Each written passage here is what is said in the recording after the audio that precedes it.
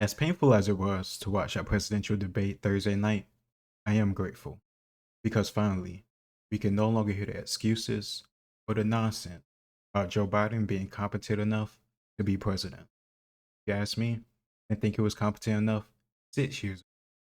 From my understanding, he has had multiple brain surgery. From my understanding, he is not all the way there. Finally, on national television, unfortunately with the world seeing, we all saw how gone he is. Multiple times throughout that recording, throughout that whole debate, I was laughing. I definitely shouldn't have been. There's no reason why I should be laughing at our president. There's no reason why I have to cut down the volume because he starts rambling off into this, I don't know, trail of nonsense that I can't even piece together. Seriously, at one point, twice, I think, I had to mute the debate because it was starting to get painful for me. And this is just embarrassing. And I felt embarrassed for him.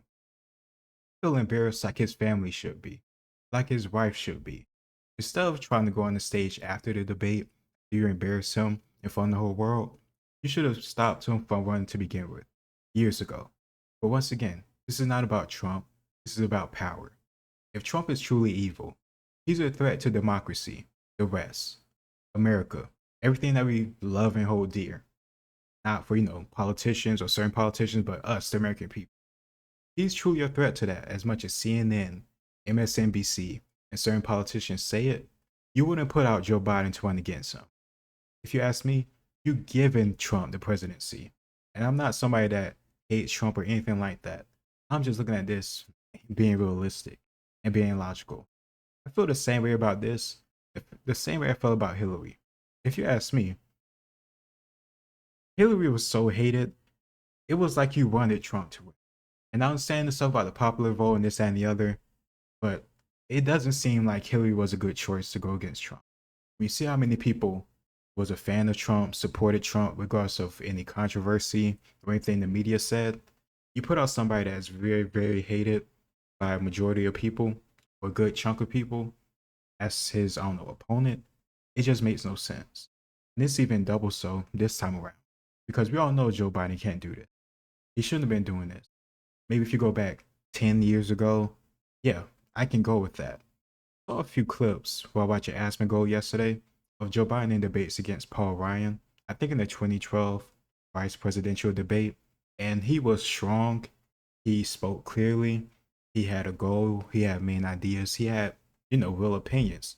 And he could, conversate. He could say those intellectually, and you could clearly understand the stuff that he was saying. He had energy. He had vigor. He had youth in him still. I don't think presidents should be very young because you don't have a lot of experience. You don't know everything about the world, and you come in with these rose tinted glasses, and it's really not the case. It's very rarely as nice or fair or as peaceful as you think it is when you're what 20, 21, or even 25 or 28. That's how I see it. But this whole thing with Joe Biden being placed on that stage and running for president is an absolute disgrace. His puppets, his handlers are really in power. There's no way in hell you can look at that debate and say he's making decisions, at least good ones, coherently. I think there are a group of people that are pressuring him, telling him what to do, what to sign, and what to say. And if it's not him, it's the people that is the quote unquote voice of him, whether it's his press secretary, who I think also wants his Twitter, whether it's anybody else within that White House or have any type of influence or power within that building, those people are truly making the decision. Not Joe Biden at all. And I don't think anybody could refute that anymore. Having Gavin Newsom trying to replace him, stop. You don't learn. And I only say Gavin Newsom because I saw him trending and people talking about him, but no, that is an absolute joke. A guy that can't even run his own state, who don't give a shit about the crime, the homelessness, poverty, any of that stuff, until a foreign diplomat shows up. What you think you're gonna do with the country when President Dictator, whatever you want to call him, with China, showed up to California, then he gave a shit want to clean up the state? What did he say? He said, well, when you have a guest show up to your house, you clean it up a little. So I guess when you don't have any guests show up, you just have glass and needles, unlocked doors, and crime rampant. People breaking in, stealing shit. People shitting on your carpet. That's how you treat your own home when you don't have guests over. That's who you want to have replace Joe Biden. They don't learn. If that's what they truly do or are thinking about, they don't give a shit about us. And they never did. I'm glad people are finally seeing it. If you ask me, I think part of the reason why they really, really hate Trump, plus he's an outsider, but also I think he really just exposes how much they are really like him. They can say all this stuff about him, but they got a good mask on. I don't think these people actually give a fuck about anybody but themselves, their investments, and the people that control them. Lobbyists, companies, CEOs, whoever the hell it may be.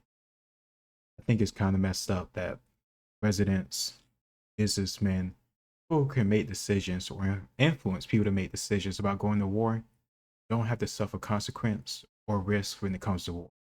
Their sons, their daughters, their family members, they don't go to war. If there's a draft, they use their money and influence to get around it. That includes Trump, that include many other people. And of course, I'm a little bit biased. I love ancient history. Of course, excuse me. And of course, generals, kings, some kings, emperors, they would actually fight on the battlefield with their soldiers. And I think that's an actual good thing. I think that's why I like Tulsi Gabbard more as a potential candidate future election, because of course not this one, but that's why I like her. And sometimes like, well, I know Jocko, he's not really politically focused, but servicemen who are politically focused and are not corrupt, I like them as potential candidates for senators or presidents because they've been in war. They see the blood loss, the suffering, the inhumanity that it caused. And I will hope it causes you to be a little bit more hesitant to send other people's children off to die or potentially die. Either way, it's not good for them. I remember when presidents, I think up until World War One, well, yeah, presidents and their sons, their children, they went off to war. I think, I don't know if it's Theodore Roosevelt or another president, but I think he lost a son or two at war.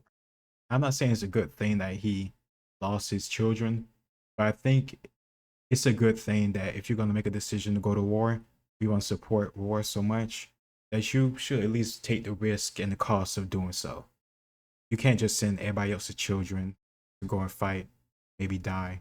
Yours can't, but you think they're too good or it's too risky. If it's too risky, don't do the war to begin with, unless it's absolutely necessary. And most times nowadays, it's not absolutely necessary. You have big business making so much money off of these wars. And so much stuff is needed to run a war properly and run it, whether it's food, clothing, ammunition, guns, all these different stuff require different industries to come up with materials, supplies, and then other people and factories to put them together to make something tangible to work on the battlefield. That's a lot of money, a lot of contracts to be dished out, and a lot of money to be made. Also, some senators, Pelosi, and others who make money on the side from doing so. And it's blatantly obvious. And I think it's illegal. Pretty sure it's illegal, but they don't give a shit. They don't give a shit about us or the consequence because they think they're above it. And how could they not think they're above it? He's not in jail. Multiple senators that should be in jail for similar reasons haven't suffered anything for doing what they do. I'm gonna say it again. I don't like the idea of storming the Capitol for the sake of you want this particular man to be president. But I do support the idea of putting the fear of God into senators and politicians that are corrupt. Or, just kicking them out. Just kick them out.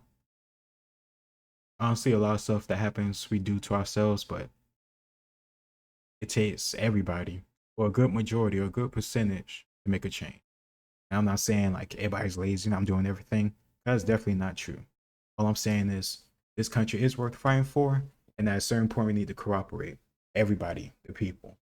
Don't let these politicians, don't let these businesses, don't let these corporations divide us, because they're just dividing and conquering. Just like the Romans, just like Caesar, just like anybody that want to take control of you. I'm a fan of Caesar. He's my favorite person from history, but it doesn't mean I want to live in Caesar or a person like Julius Caesar. So let's get together. That's all I'm saying. Let me know what you think in the comments down below. It's your boy Logos, and I apologize that my schedule been off lately, but I'm gonna fix that. I'll see you next time.